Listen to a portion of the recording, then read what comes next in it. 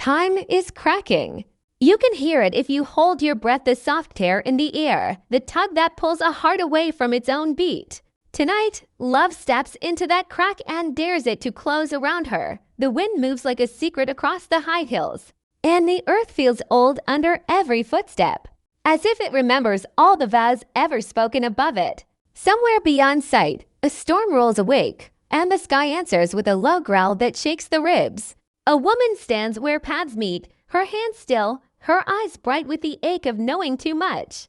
She has crossed years the way others cross rooms. She has held life together with thread thin as breath and strong as bone. Beside her, a promise takes the shape of a man who has learned to bear pain with a quiet face. He carries his love like a lantern in dark weather, and that light will not lie.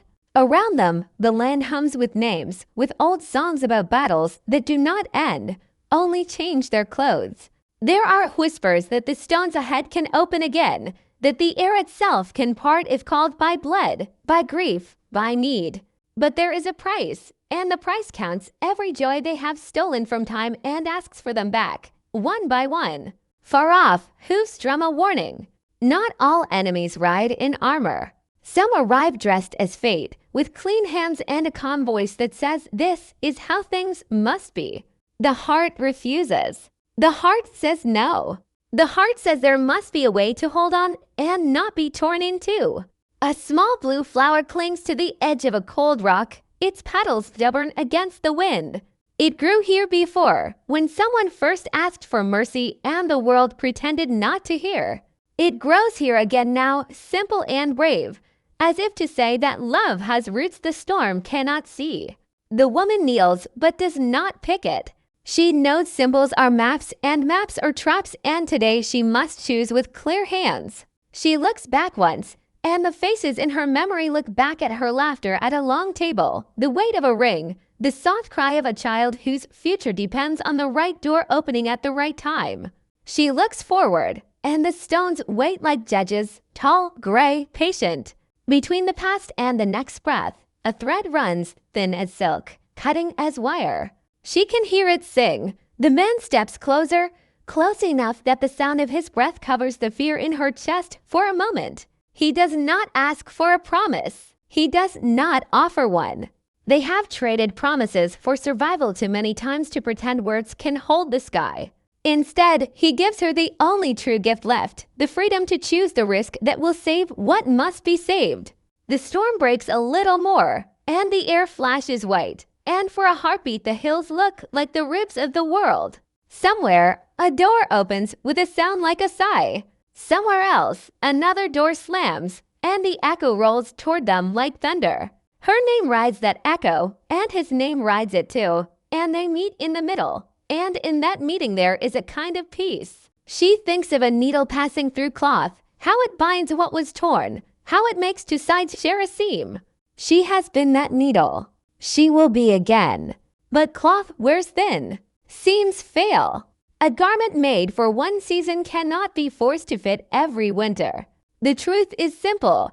To keep the future breathing, she may have to let the past bleed. The truth is cruel. To keep the past warm, she may have to let the future grow cold. Lightning touches the far ridge, and for a breath she sees other lives overlaid, this one road's paved and loud with engines. A room full of light that comes from no fire, the soft glow of a screen where a child's face flickers like a star in a pond. She reaches for that life and feels it pull back, gentle but firm, like a tide that will not be told to stop. She reaches for the man beside her and feels the heat of him, the steadiness, the simple, stubborn fact of him. In the dark behind her eyes, the two poles make a cross. She knows then that tonight is not only a battle with swords or storms. It is a battle with the shape of time itself, with the rules that decided long ago what can be kept and what must be paid. The wind rises and carries the smell of rain and iron. The first drop falls on her cheek and tastes like the past. The second falls on her lips and tastes like the future. She closes her eyes. When she opens them, the choice will begin. The morning came with no warning, only a pale light that stretched thin across the land, touching the dew like a trembling hand. The world was to still, as if it had paused to listen for a sound that hadn't yet arrived. Claire stood near the river, the mist curling around her boots, her reflection broken by ripples. She wasn't sure anymore if this was her time or someone else's dream. Every heartbeat felt borrowed, every breath a bargain. The quiet wasn't peace, it was the space before something shatters. She could feel it, the way you feel thunder long before you hear it. Somewhere out there, history was moving again, and it was coming for them. Behind her, the camp still slept. Jamie's silhouette moved between shadows, steady as the earth itself. He had never belonged to stillness. He was made of motion, of purpose. His eyes held the horizon like a promise he meant to keep, even if it killed him.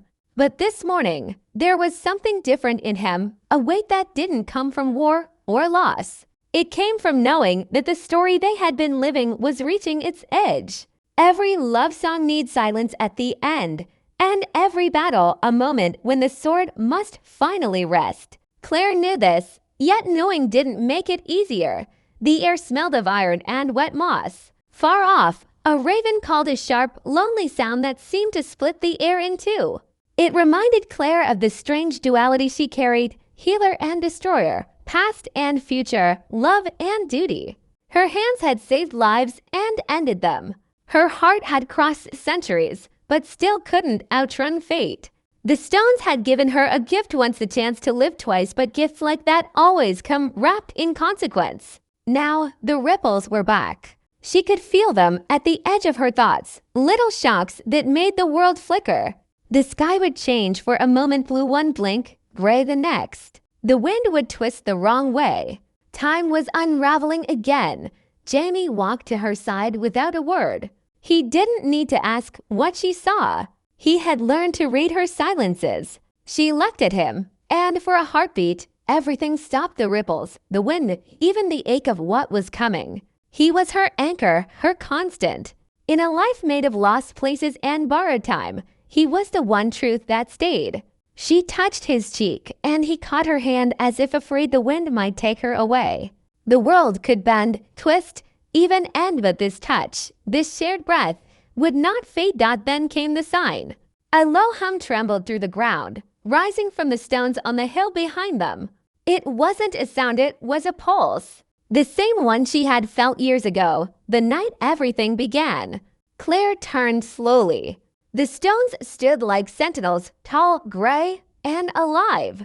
Light shimmered between them, soft at first, then fierce, like the breath of something waking up.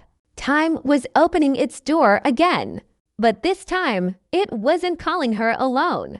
She felt it tug at Jamie too, a pull that didn't care about centuries or destiny. She whispered his name, but it came out as a prayer. He nodded, as if he already knew what she was about to say.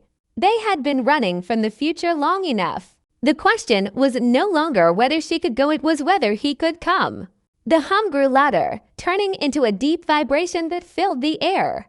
Birds took flight, the river swelled, and even the clouds seemed to circle the hill. It felt like the world was holding its breath. Claire wanted to run to the stones and end the waiting, but her feet wouldn't move. Her heart was too heavy with all that had been done. Jamie took her hand again and pressed it to his chest. His heartbeat was steady, strong, real. "Whatever happens, Sassenach," he said softly, "we go where love takes us." Even if time disagrees, the words cut through the roar of the wind, anchoring her in the storm. She wanted to believe that love could outwit the universe, that it could rewrite its own ending. But she had seen too much to trust in fairy tales. Love wasn't magic, it was work, sacrifice, the courage to keep choosing each other even when the world said no. And that was exactly what they were about to do. The light around the stones flared, blinding and wild. The hum became a roar. For a second, she thought she saw faces in the glow, echoes of all the versions of them that had ever lived and loved and lost. Every choice, every chance, every life that could have been. It was beautiful and cruel all at once. Claire felt hairs on her cheeks and didn't know if they were for the past or the future. Jamie stepped forward, pulling her gently. The air grew thick, electric. The world began to spin. And somewhere deep inside her, time whispered her name, not as a warning, but as a welcome, the final battle wasn't waiting in the distance. It had already begun, right here, between two hearts standing in the crack of forever. The sky bled gold over the highlands as the first cannon cracked through the mist. Smoke rose like torn memories, curling over the hills that had seen too much death to flinch anymore. The air was thick with the scent of iron, gunpowder, and rain that hadn't yet fallen. The storm and the war had arrived together, one born of clouds, the other of choices too long postponed. Between them stood Jamie Fraser, face marked by mud and time, eyes clear as winter water. He wasn't a man of prophecy, yet his every breath felt like the hinge of something larger, the meeting point of centuries. The ground under his boots trembled, not just from the cannons but from the pulse of time itself, beating faster, louder.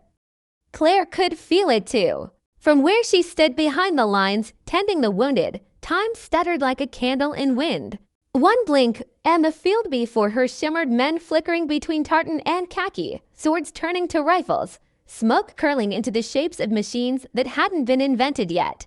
The edges of the world blurred, softening and hardening at once. She pressed her hands against her temples. But the visions came anyway, snatches of voices calling her name in accents that hadn't been born.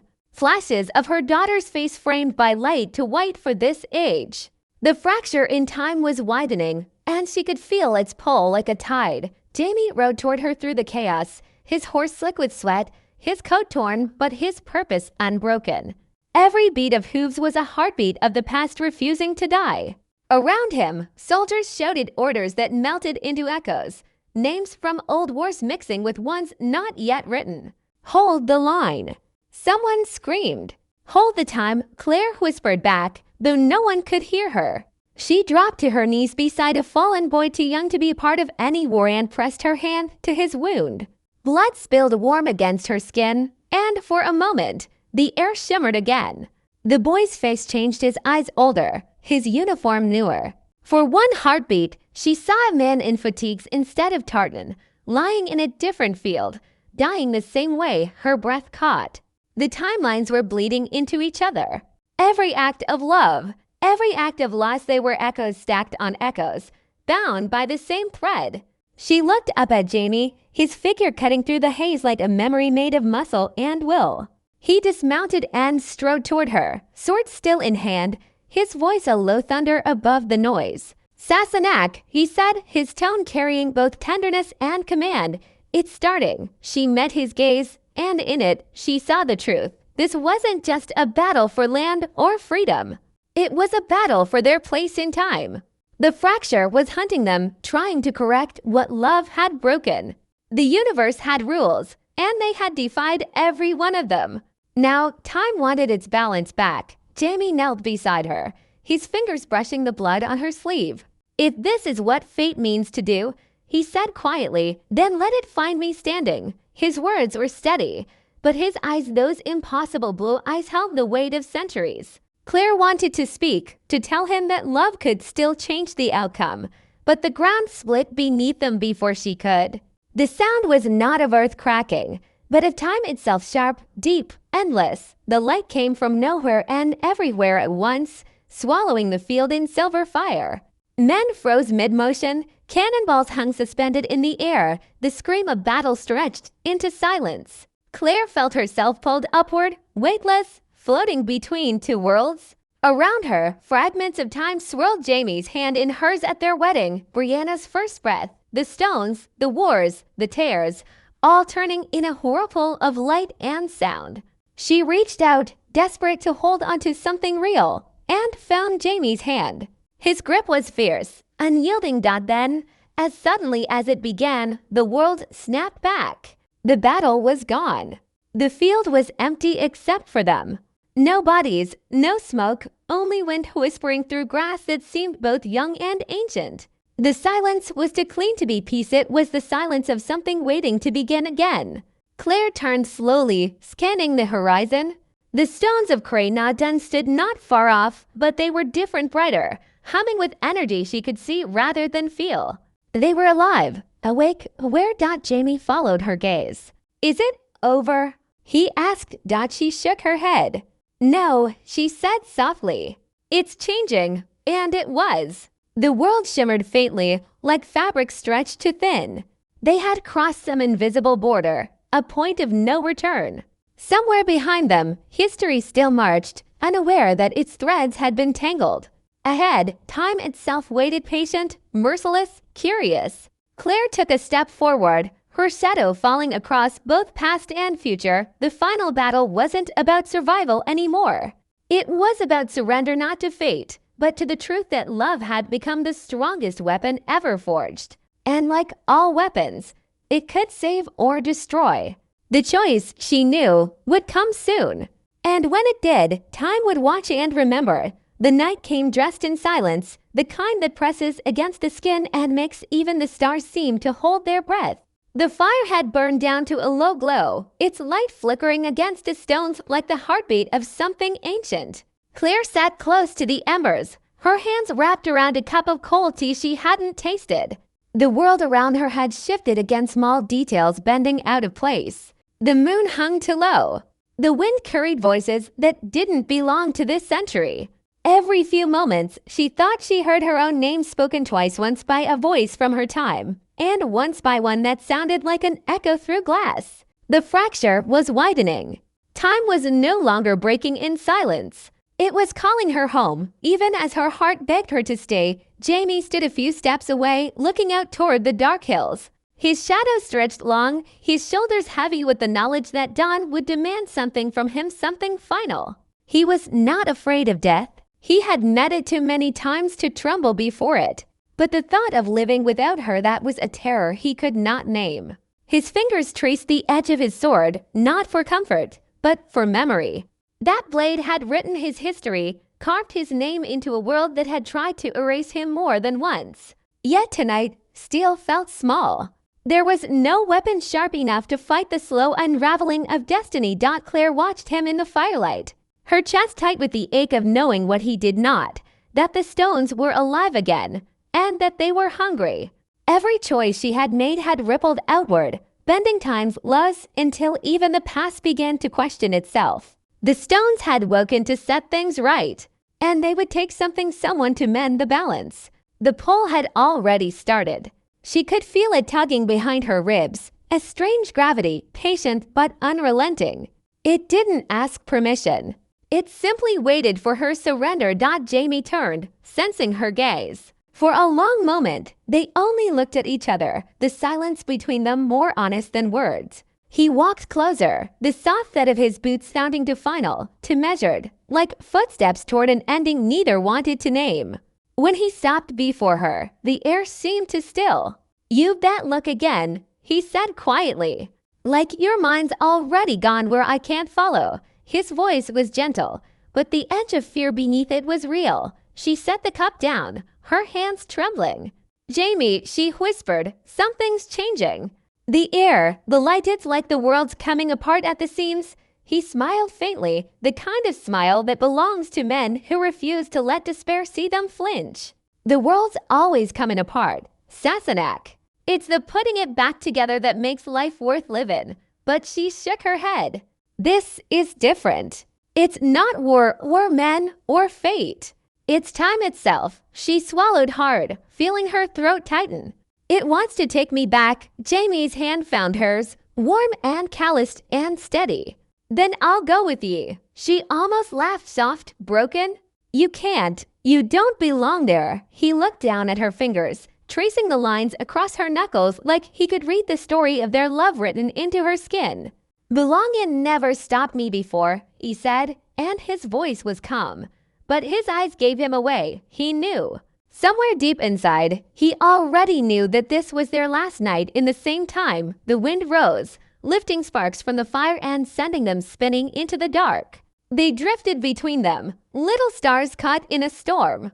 The hum began, then low, steady, like a heartbeat beneath the earth. The stones were singing again, their call threading through the night, soft and cruel and beautiful. Claire's chest ached with the sound. Every note was a memory. The first time she touched the stones, the shock of waking in another century, the faces she had lost along the way. It was all there, wrapped in that melody of inevitability. Jamie heard it too. He lifted his head, eyes narrowing toward the hills. It's the stones, isn't it? She nodded, tears slipping down her face. They're calling me. He stepped closer, his hands framing her face. Then let them call. Oh no, let them take ye. She wanted to believe that. She wanted to believe love was stronger than time itself. But love had already stolen years, rewritten history, defied every law the universe held sacred. And now the bill was due. She leaned into his touch, memorizing the warmth, the roughness of his skin, the way his thumb traced the edge of her jaw. She closed her eyes and saw flashes moments stitched from years apart and together. Laughter in the rain, blood on their hands, their child's first cry, every joy and every loss, all bound by this impossible, unending thread. When she opened her eyes again, the night had changed. The hills glowed faintly, the stones burning with pale fire. The wind howled like a warning. Jamie's grip tightened. If they mean to take ye, they'll have to take me too. Jamie, she whispered, her voice breaking, you can't follow where I'm going. Not this time. He leaned in, pressing his forehead to hers. Then I'll wait. In whatever world's left for me, I'll wait.